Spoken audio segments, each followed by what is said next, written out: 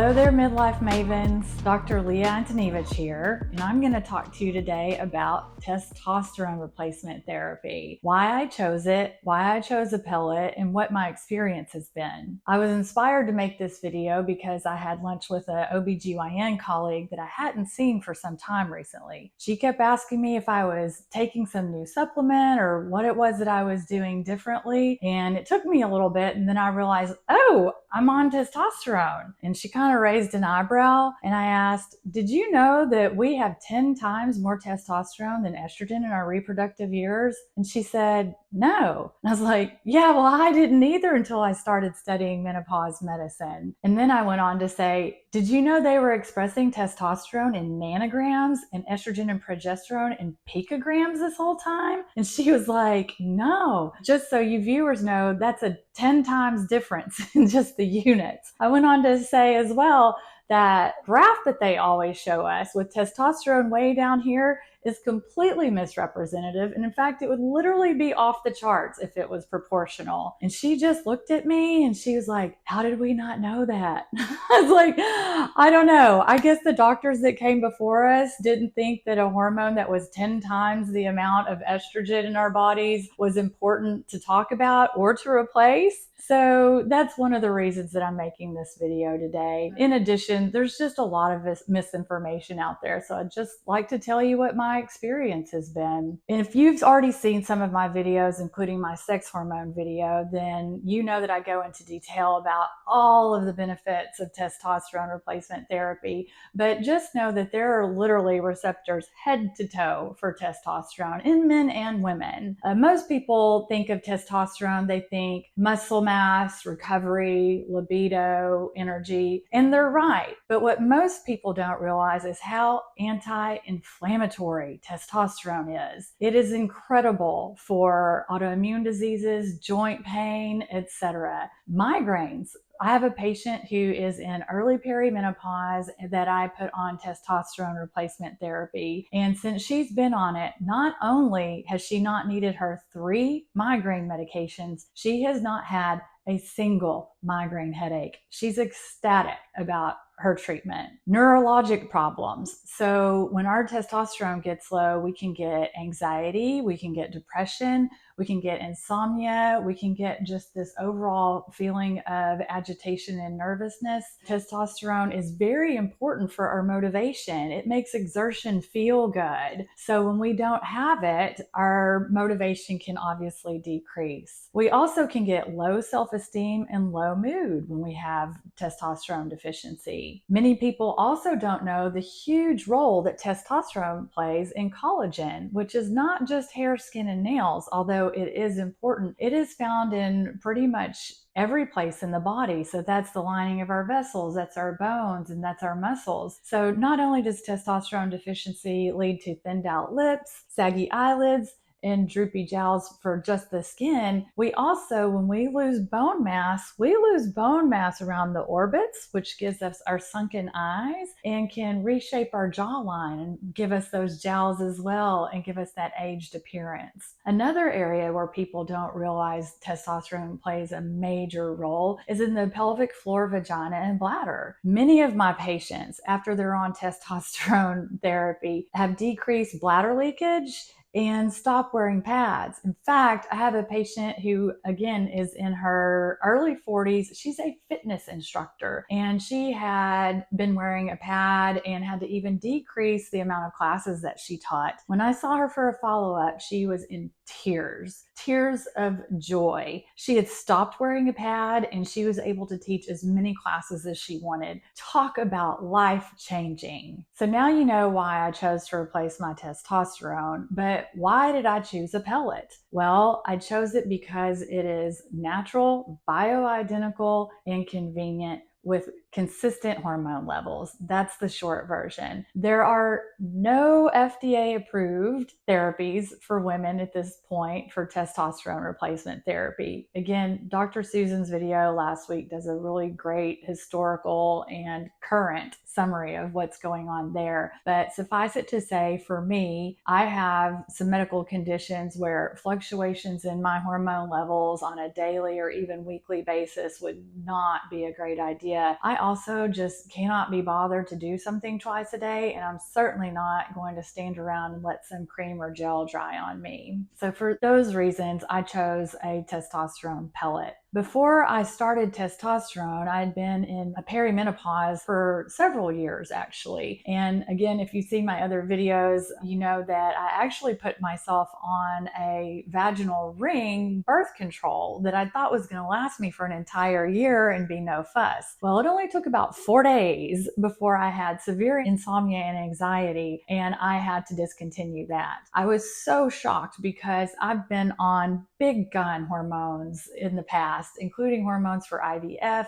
Depo-Provera birth control, and did magnificently. But it's just a testament to how our biology and even our metabolism of synthetic hormones changes in midlife. So the first thing that I put myself on was pregnenolone, and that worked very well for me for my PMS symptoms for quite some time. And I did increase the dose, and I was kind of following my testosterone levels, and I knew that they were low and getting to zero. But like many women at this point in our lives, I think I was just resistant to having to do one more thing. You know, it felt like every other month I was having to give something up or to modify something I was doing, or, you know, start taking something new or a new serum or a new shampoo because of all of the changes that went on in midlife. And I think I was just resistant for a little bit. Also, full disclosure, I'm a single lady who chooses to stay single, and I was perfectly happy not being interested in sex. I knew that I wasn't, and I knew from my patients, from the physiology of testosterone, from my, you know, friends and colleagues that have testosterone replacement therapy, that my libido was going to change if I replaced it. So, what was my experience? Well, it was truly life-changing. My joint pain, my ability to recover from workouts. I went to one of Dr. Susan's retreats, and I ended up dancing on concrete barefoot for 2 hours. And I was like, I am going to regret this the next day. Nothing, no pain. 5-hour flight there, no pain. 5-hour flight back, no pain. I literally used to avoid flights that were more than 2 hours because my hips and knees would hurt so badly. I used to, or I still in the mornings, just out of habit, grab the banister in the wall to take that first step with my right leg, and, you know, anticipating this sharp electric pain, and I don't have it. It's gone. I literally just Tinkerbell down the stairs, and it makes me so happy. Yoga. I used to only be able to do yoga once a week because my wrists would just be on fire. I would wake up in the middle of the night, even if I took Tylenol, even if I took a muscle relaxer, which brings me to sleep. I realized weeks after taking my first pellet that I wasn't taking Tylenol or muscle relaxers, and I wasn't waking up in pain. It's so amazing. My muscle mass did increase. Also, hair growth. So you probably wouldn't be able to tell a difference, but my eyelashes got a little bit thicker. I had this little tiny spot that was kind of a bald patch on my eyebrow that grew in, and I also grew in some of these little hairs in this other little bald spot that I had on my head. So I'm super happy about that. Testosterone, by way of being a collagen booster, is also a booster of hair follicles. So that's really great. And for the part you all want to know. So day 14 of my first pellet, I woke up out of a dream, and it was not PG. I was like, oh my. So yes, it did for me all of the things that you have heard about: increased desire, increased sensation, and that's all I'm going to say about that. So what about side effects? Well, I did around day 10 of my first pellet notice that I had more oil in my skin, which I was actually really happy about. And I did have some mild bumps as well, not acne, nothing large, and I just used a salicylic acid cleanser, and that was the end of that. I didn't have it with my subsequent pellets. And I actually had a little bit of nipple sensitivity, but that was just my body waking up. That was really no different than my experience anytime time I started new birth control pills. I also did have a little bit increased peach fuzz and this one random whisker that came out of my cheek with my first pellet. And I just shaved and lasered that with my home laser that I have and pulled that one, and that all went away. I also did decrease my dose slightly after my first pellet, even though I started out with a conservative dose, and I have been smooth sailing and side effect free after that. So I do want you ladies to know that when you come in from other offices and we suggest if your levels are on the high side that you decrease them, that you need not be afraid that all of your other benefits are going to go away, because that is unlikely to happen. Next, I'd just like to talk about some of the myths that are out there. And again, Dr. Susan covers that very well, but if you come to our practice, we are not going to give you high doses of testosterone. We're certainly not going to give you man doses, and you are not going to get enlarged clitoris. You're not going to grow a beard. You're not going to have male pattern baldness. You're not going to have a deep voice. And some other myths that are out there. I have been in academic medicine almost all of my career. I have performed research. I have taught residents, students, colleagues, nurses, you name it. And there are academics out there saying that there's no evidence for testosterone replacement therapy in women. First of all, that's just simply not true. Second of all, when people say that there is no evidence, they often should say we are lacking evidence, meaning that the doctors that came before us didn't feel that we were important enough to study, and certainly not important enough to study if we weren't reproducing. And that's not sarcasm, that's just the unfortunate truth. I also want people to understand, as someone who has done research, that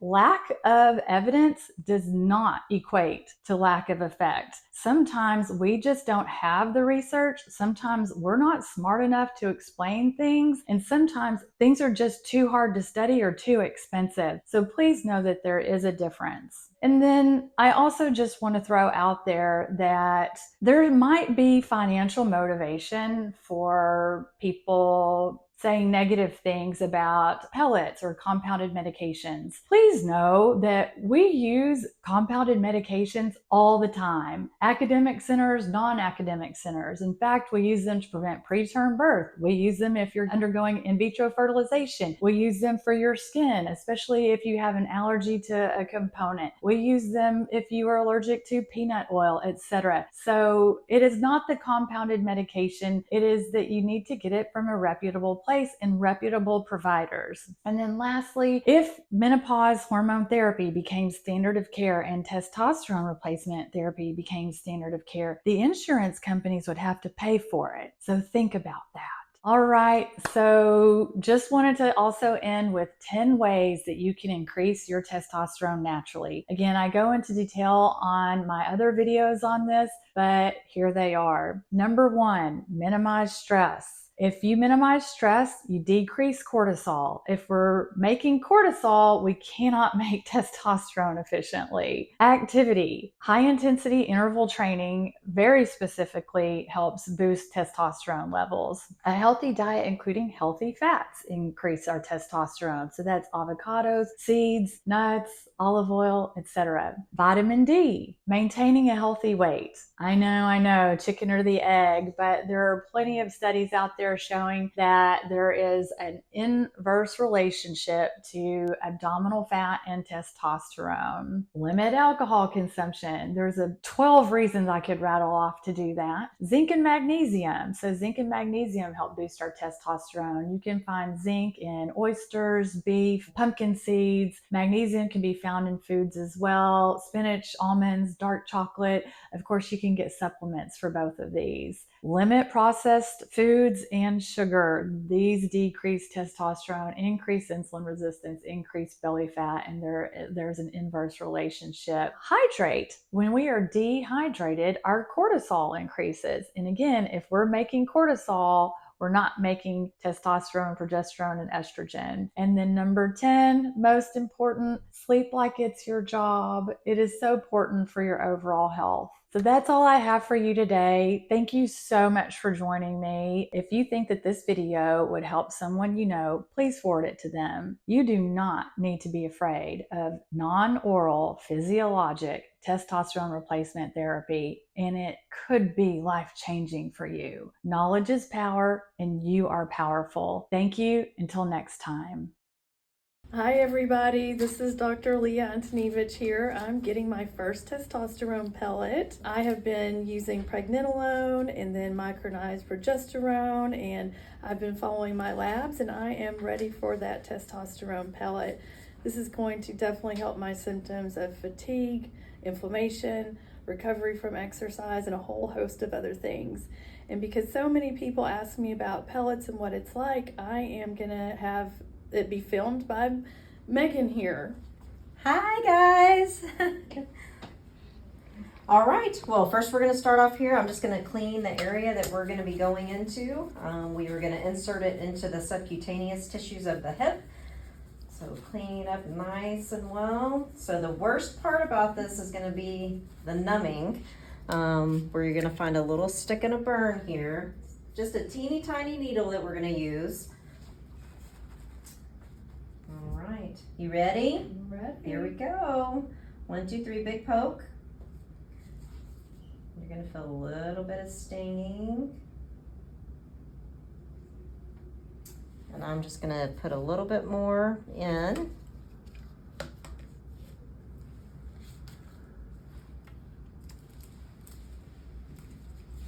So we use two different types of numbing. We do one shallows, and then we change it out and use a larger needle and go deeper so that you're not feeling it. A little bit of pressure here. Pressure, pressure. All right, I'm gonna let that set in for a minute while I get everything together, and I'll show your audience the pellets here. That is Dr. Leah's testosterone pellet. That is going to make her feel amazing. And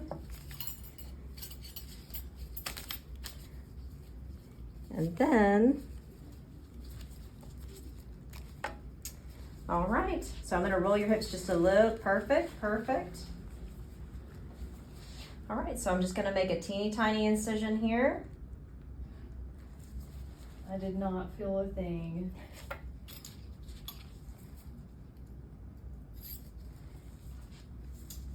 And then this is the instrument we use. It's called a trocar.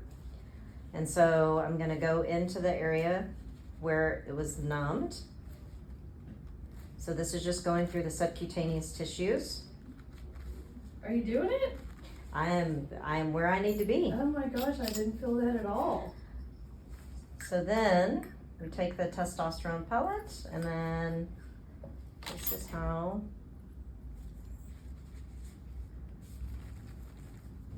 And her pellet is inside of her. So now we're going to put a dressing on. So the dressing that we use, we do 2 pieces of tape, and then we put a gauze and a waterproof dressing on top. That stays on for 3 days. You are able to exercise and shower. We just don't want you soaking in a bath or swimming, hot tub, sauna, anything that you're going to be soaking it with for 3 days. Got it. Yeah, Okay. Awesome. Looking forward for the update of how it goes for you. Stay tuned.